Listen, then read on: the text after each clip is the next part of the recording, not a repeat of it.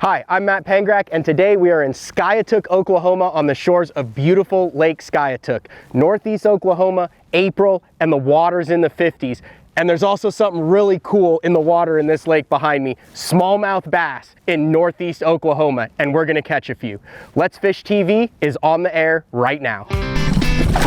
Oh my gosh. Oh, check that out. It's time for the only program that brings you real-time fishing reports from the Southwest region every week.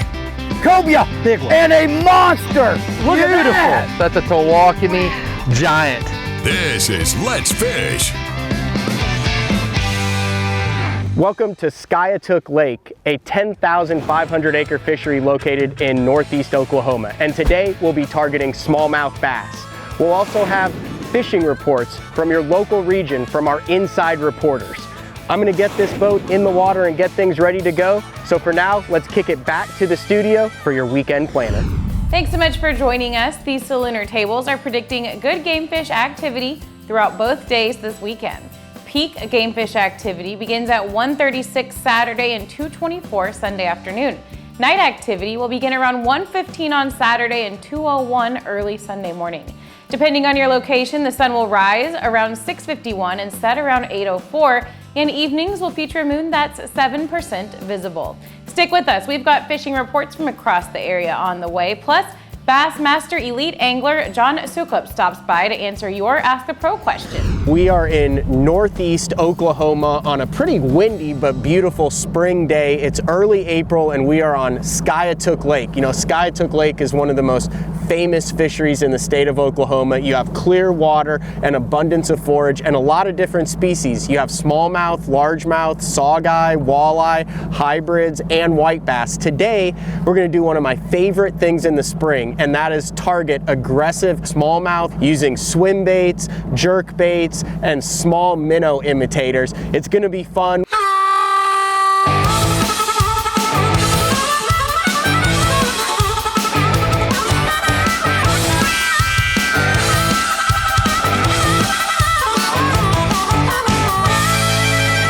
Skiatook is not really known as a destination bass fishery, and it can be a tough fishery. It's a diverse fishery. You can do a number of different things at it, and especially when those hybrids and those whites get going a little later in the year, in the summertime, or even this time of the year if they get the bait pushed up, it can be really fun.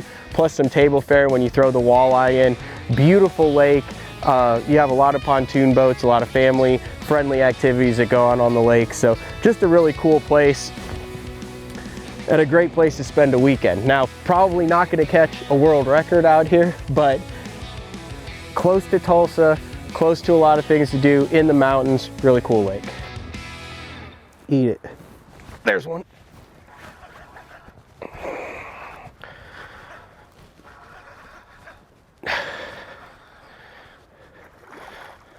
Smallmouth. We're out here on Skiatook Lakes, and that's one of the cool things about this fishery here in Oklahoma, is that there's a bunch of different species, and that right there is a nice little smallmouth bass just suspended on the end of a long tapering point right here, about 55-degree water. And the key to catch these is you have to find groups of them. If you can find groups of 2 or 3 using an umbrella rig here, you typically can get the competition of these fish to compete for it. And like there were 2 or 3 in that, and I saw one shot up and he ate it, but that's probably a nice little 2.25 pound fish. Nice little fish to get the day started. All right, this is a pretty typical rig for Oklahoma in the spring when you're fishing these clear water, rocky, man-made reservoirs. You're imitating a ball of bait, a school of bait. One of the things that I like to do is I like to put straight-tailed baits, especially when I'm just searching. I like to put straight-tailed baits on the outside and then put a paddle tail in the middle. A lot of the times the fish will target that different.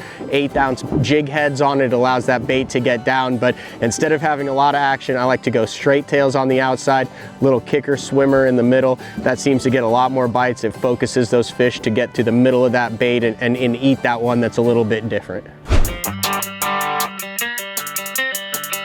Hi everybody, and welcome to this week's Lone Star Lakes, brought to you once again by Athlon Optics. Premium optics at an affordable price. You really can't get better for less. Athlon is the best bang for your buck. Now this week we've come to beautiful Lake Texoma where the bass are the quarry. We want to catch either smallmouth or largemouth or even both in the same places. We're going to be looking shallow around main lake points, about halfway back into the creeks. And we're not going to fish any deeper than about 6 to maybe 10 feet of water or less. Now the next full moon should trigger a shad spawn and that'll put them even shallower. We'll wait to see about that. But right now you can catch them with moving baits early in the morning on your top waters, then go to your ochos and your spinner baits and even a punch shad on a weighted hook for those Texoma bass. Now over at Cedar Creek, the crappie have moved up out of the creeks and back into the main lake. They're on the bridges, the brush, and the docks. If you can shoot a jig under a dock, you're in business. If not, no worries. Go to the bridges, go find the brush piles, drop your jigs and minnows straight up and down on those, and you'll catch Cedar Creek crappie. That's this week's Lone Star Lakes. Check us out on Facebook, Lone Star Lakes.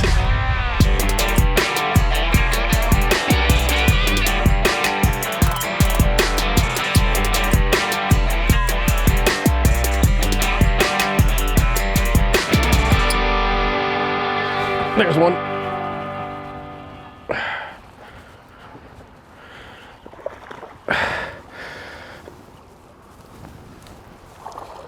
There's another nice smallmouth. You see what I was talking about earlier? I have all 4 of the baits on the outside that don't have any action to it, and that middle bait, and there's a nice Skytook Lake smallmouth. That middle bait with the action is the one that he targeted right there on the umbrella rig. And there's another nice smallmouth, about 53-degree water, and these fish are just keying on. It's a little windier than it was supposed to be today. We probably have about 15 to 20 mile an hour winds, and I'm just taking rock banks that have a channel swing very close by, and these smallmouth are up here just feeding on small little schools of threadfin shad. Anytime the water's in the 40s or 50s in Oklahoma, an umbrella rig, an Alabama rig is a great selection because a lot of the fish this time of the year are keying on probably the most predominant forage base in Oklahoma, and that's going to be the threadfin shad.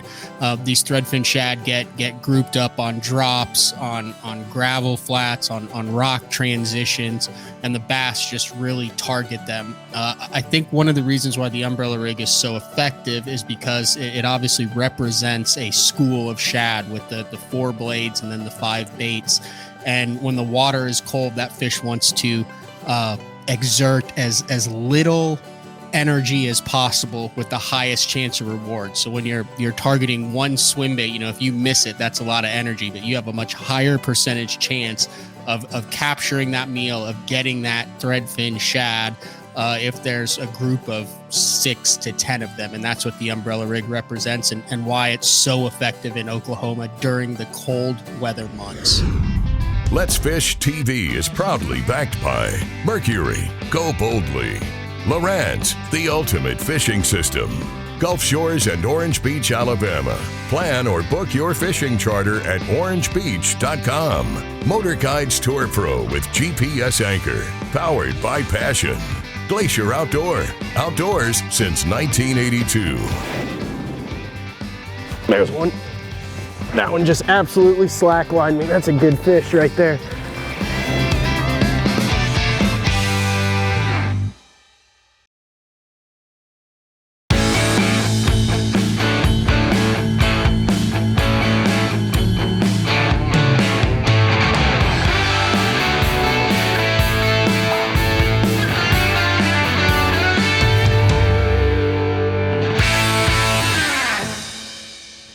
There's one. That one just absolutely slacklined me. That's a good fish right there. Another nice little smallmouth.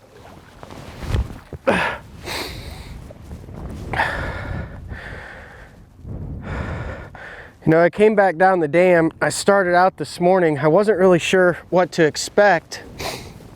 And we came out here looking to figure out where we could find these smallmouth in a transition after a cold front. And we're going to let this fish go. And then I'm going to tell you a little bit more about how to relocate fish when a cold front comes through in the spring. All right, we've gotten on a solid pattern targeting smallmouth bass with an umbrella rig here, Skytook Lake. Water's about 53 degrees here in April. but it wasn't exactly how I planned on coming out and catching them. The water had been more close to 60 degrees. The fish had been really pushed up prior to this, and then a cold front came through.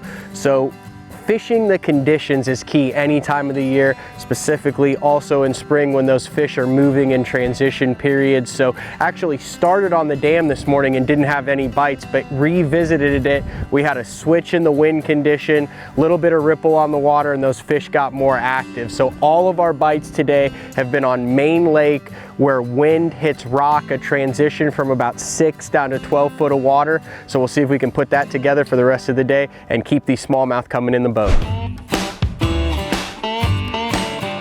Hey friends, Captain Kevin Broussard here with this week's Let's Fish Outdoor Report, coming to you from Cajun Paradise Charters right here in Hackberry, Louisiana. Tell you what, we're going to keep it right here in Hackberry, Louisiana, Lake Calcasieu.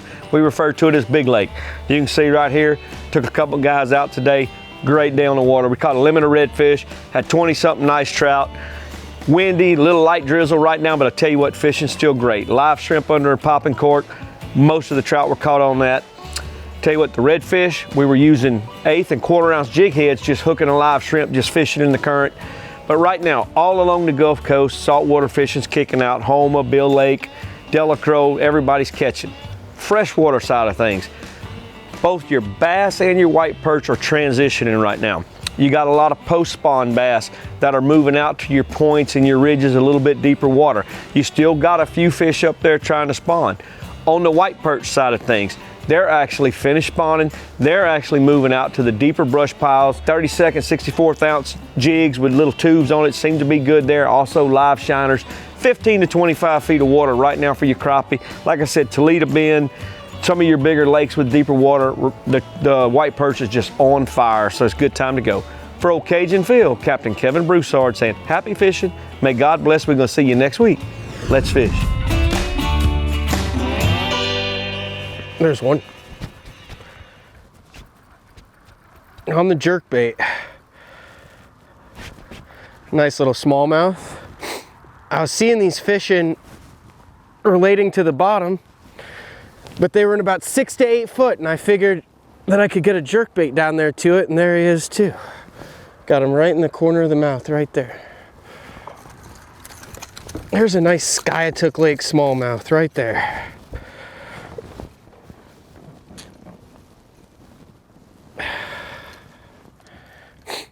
Right in the corner of the mouth.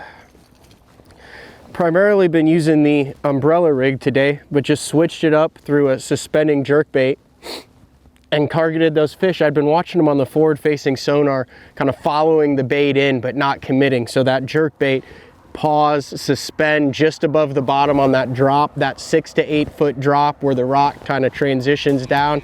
Fish came up and popped it right there. Nice little fat smallmouth, pre-spawn smallmouth.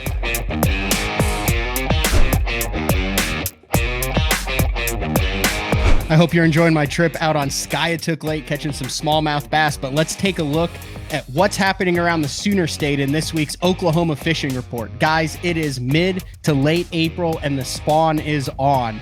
Obviously, the southern part of the state, Texoma, the fish are on the beds. There was a recent MLF Invitational event on Lake Eufaula that was won in 3 to 6 foot of water on rocky banks, small rock outcroppings, but there were also a few key big fish that were caught on beds. Arbuckle, the first big wave of spawners have moved up. Hey, if you want to go out and target some of the best fishing locations for spawning bass in Oklahoma right now, you're going to want to look for secondary pockets and the back of pockets with hard bottom next to hard cover. Look in that 2 to 5 foot of depth range and use something like a Texas rig lizard or a drop shot or a Texas rigged creature bait. Cover lots of water and focus on the lower end of the lake where you have more visibility.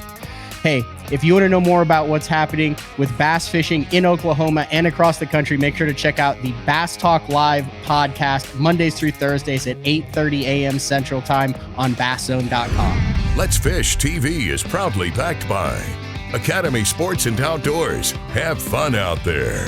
Visit Mississippi. Wanderers welcome. Power Pull. Total Boat Control. Balls Out. Made in the USA. Heavy-duty mounts for your fish finders. Rely on. Challenge your limits. Golly, it's digging. Come on, baby. Be a big one.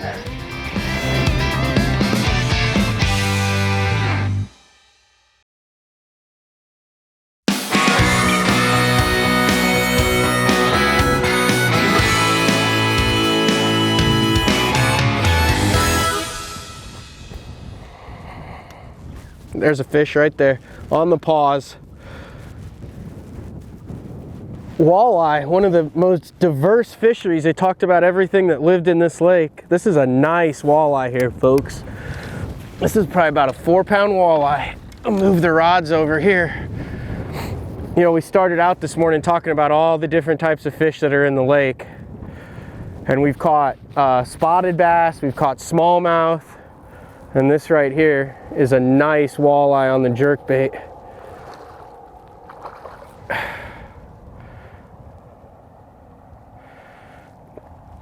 One of the cool things about spring, you get up, you never know what you're gonna catch. I'm gonna be very careful here with this guy.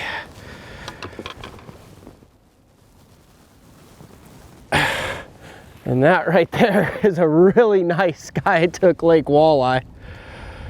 These guys have teeth. A lot of people think of them as a northern fish, and they are, but that right there, probably about a 22-inch walleye. I'm a tournament bass angler. I fish the Bassmaster Open EQs, but anytime you get in the springtime and you're fun fishing, I think being on a fishery that has a lot of different species, a diverse fishery, is such a cool thing, and you take full advantage of that. You know, we came out here to catch smallmouth bass today, but add in the spotted bass and a bonus walleye like that, and you know, a fish like that kind of can make the trip. A bonus fish that you're not planning on catching, but a really cool species. And Skiatook is a lake that has it. Like it says, it has all three of the species of bass, a number of different, those hybrids, the white bass, and then the walleye on top of it. So just one of many lakes in Oklahoma that you can catch a bunch of different types of fish at, but specifically in April, this time of the year, throwing baits that attract numerous species, you can't go wrong with that. That's such a fun thing to do, is to catch big bonus fish. Hi everyone, welcome to this week's Fish Report. I'm Captain Taylor with Wave Dancer Charters in Galveston, Texas. But let's start off this week at Sabine Lake.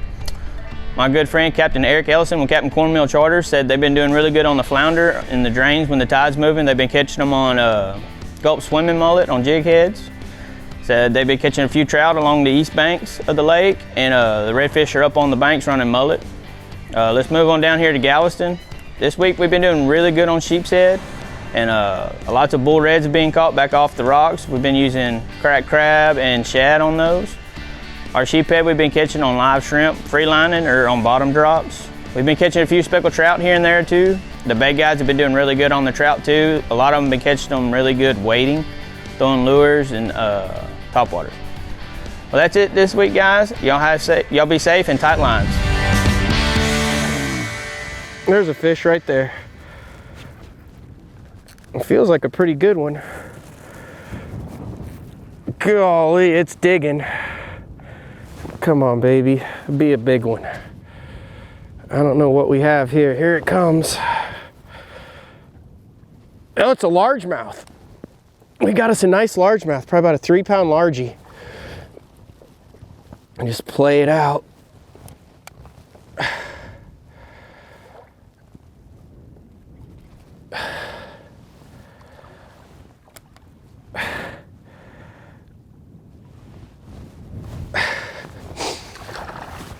Come here, fella. There we go. Look at that. Add to the species total today. Typically, when you think of Northeast Oklahoma, you think of that right there. You think of the Ozark region, pre-spawn fish, nice fat bellies on them. Northern strain largemouth like that. But we've just caught all sorts of fish today. You know, we've had a big walleye, we've had 4 or 5 nice smallmouth, and that's a nice 3-pound largemouth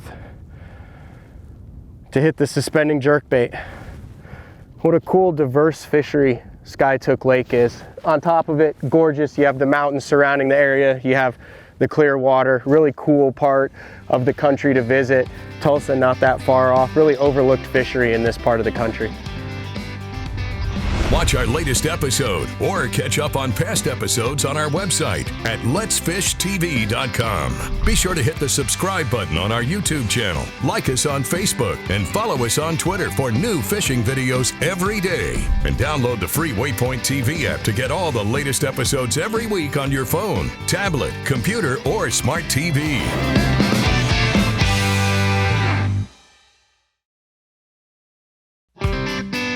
Let's Fish TV is proudly backed by Lose, Feel the Difference, Mamba Boats, Ride with Pride, Strike King, Taiwan On, Fishing Specialties, makers of the premier mount assembly for live sonar. Welcome back, everybody. Let's get right on over to your Ask the Pro question for this week. This week, Brant would like to know, what advice would you give to a high school tournament angler? For the answer, we asked Bassmaster Elite Angler John Sukup. All right, we were always asked by high schoolers, what advice would we give you if you want to become a professional angler? And you're going to hear this time and time and time and time again. So I'm going to give you 2 answers. One is time on the water. And I don't mean just in a boat, I mean in a belly boat, on the banks, time on the water. I didn't have my first boat until I was 29 years old. So you cannot make excuses for not having the equipment. You need to get on the water, get in the backs of the creeks, get in the pond, get time in the water. The second one is learn how to be a professional at everything in life. From your schoolwork to your work ethic to business, whatever you do, do it 110% and do not stop, do not sleep, do not rest. Work ethic, work ethic, work ethic. Thank you so much, John. If you would like some help from one of the pros just like that, all you have to do is go to letsfishtv.com, follow that Ask the Pro link, and submit your question. Here's today's Right Stuff, presented by Academy Sports and Outdoors. We started the day off throwing an umbrella rig on a 7/6 extra heavy rod with 30-pound Sunline Asagi braid on it. But really the game changer came when the wind switched directions and I could see those fish kind of following the umbrella rig in, and I switched to a jerkbait. Now in the spring, your jerkbait setup is very important. This is a 7-foot medium heavy action cranking rod, but I like to throw my jerk baits with it. It has a very forgiving tip, but it has enough backbone to where when you bump into a fish, it gives, and then at the boat, they do not pull the hooks out. Paired that with a Lew's Custom Pro Light reel, and the line is also really important. I'm throwing 10-pound test Sunline Crank FC line. This has a special coating on it that allows for longer casts, and the thinner diameter gets that deep diving jerk bait down to that 6 to 8 foot range after just a couple of bumps and gets it right in the strike zone. So that was the key on the jerkbait and on the umbrella rig today.